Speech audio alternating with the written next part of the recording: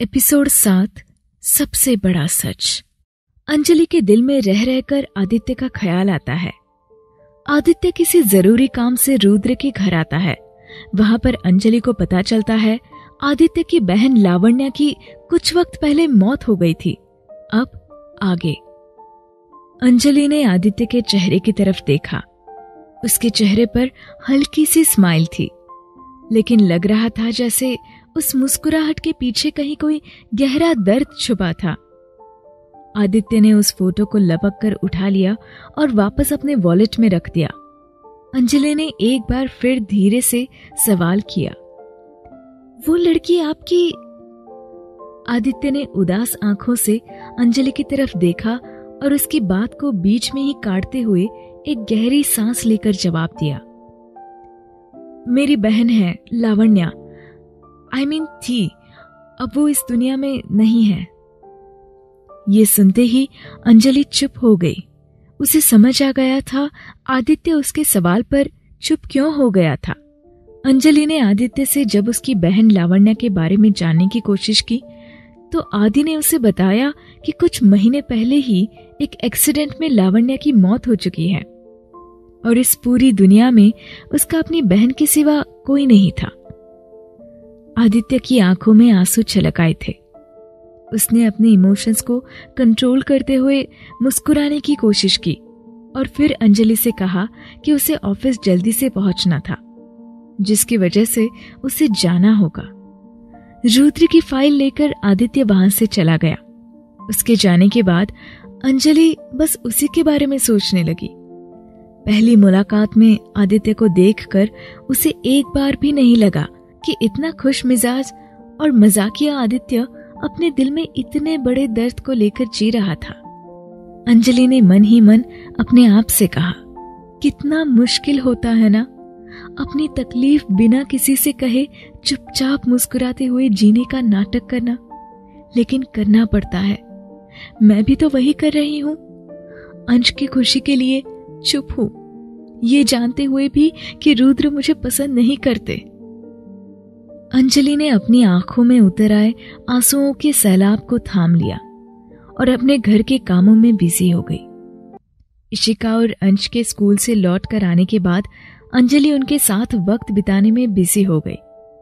रह रहकर आदित्य का ख्याल आ रहा था और अंजलि अपने आप को उसके ख्यालों से दूर रखने में नाकामयाब सा महसूस कर रही थी।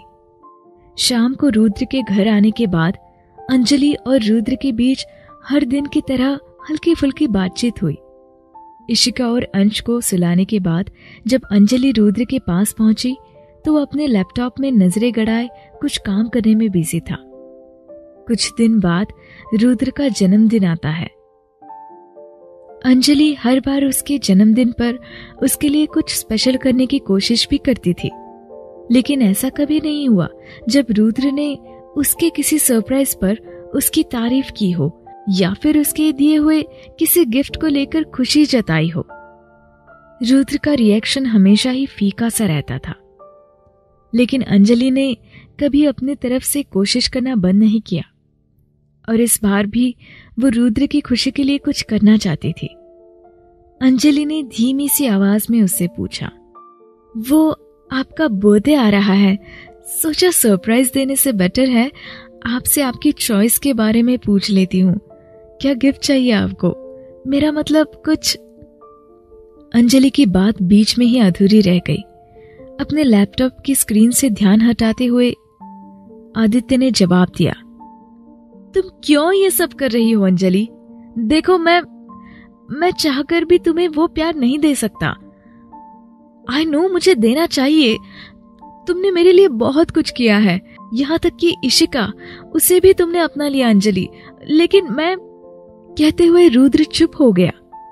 अंजलि लगातार उसके चेहरे की तरफ देख रही थी। आज एक बार फिर से उसे इस बात का एहसास हो रहा था वो रुद्र की पत्नी भले ही थी, लेकिन उसकी पसंद नहीं।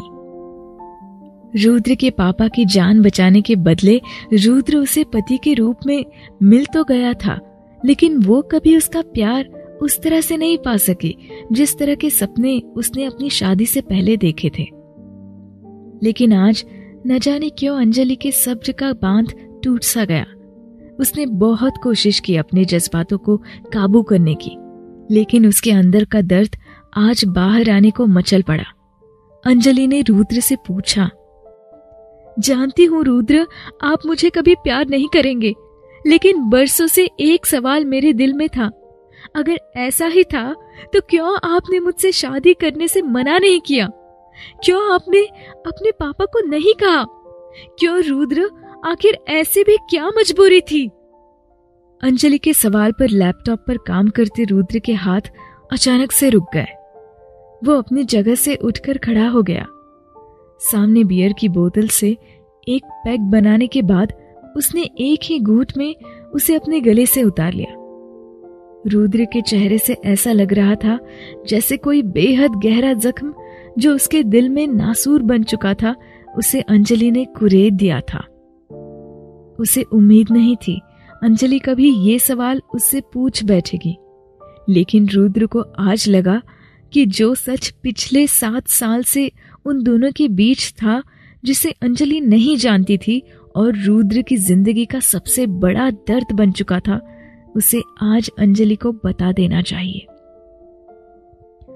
रुद्र ने आज वो बात अंजलि के रूबरू रखने के लिए खुद को तैयार कर लिया था।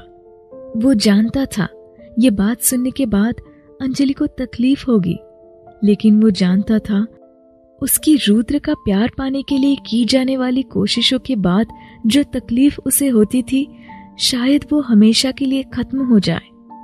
यही सोचकर रुद्र ने अंजलि के पास बैठकर उससे कहा, उस रात जब हॉस्पिटल में पापा ने मुझसे कहा कि मैं तुमसे शादी कर लूं, तो मैंने उन्हें समझाने की कोशिश की थी अंजलि। मैंने उन्हें कहा था मैं किसी से प्यार करता हूं।